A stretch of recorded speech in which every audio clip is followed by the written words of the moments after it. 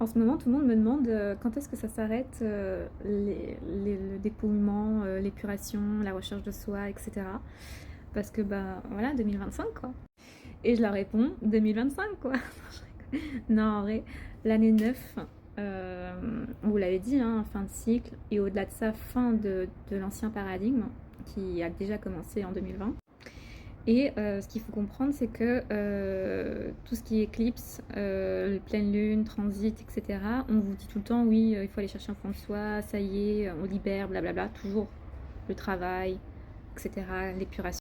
Mais en fait, c'est les outils, tous les transits, le cosmos et les outils de cette année pour justement terminer ce qui doit être terminé et commencer ce qui doit commencer, quoi. Et j'aime bien rappeler aussi qu'on n'est pas censé forcément tout quitter. On peut tout perdre. Parce que du coup, ce n'était pas aligné avec votre authenticité. C'était pas la vérité de votre vie, de votre âme. Parce que la vérité et l'authenticité est camouflée, cachée et maquillée par les pensées limitantes de notre société. Les cases dans lesquelles notre société nous a mis.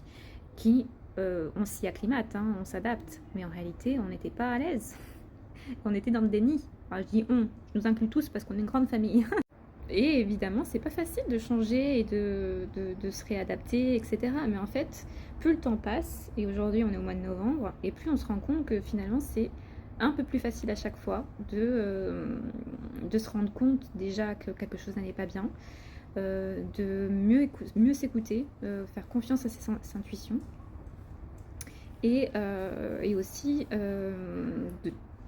de comprendre, de conscientiser et de changer. Voilà. Et du coup, plus le temps passe et plus c'est facile, disons-nous, avec des gros guillemets. Mais du coup, l'objectif de 2025, là, à l'heure actuelle, c'est vraiment de nous mettre dans le bon axe, dans le bon sentier. Ce sentier n'est pas forcément déjà défraîchi, hein, il n'est pas tout beau. Il y a encore peut-être même des occupants, des animaux qu'il va falloir faire fuir ou alors s'adapter aux animaux, les rencontrer, etc.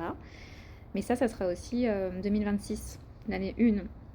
Parce que bon, tout le monde, enfin, beaucoup de personnes me disent oui, là, ça sera mieux l'année prochaine, année 1.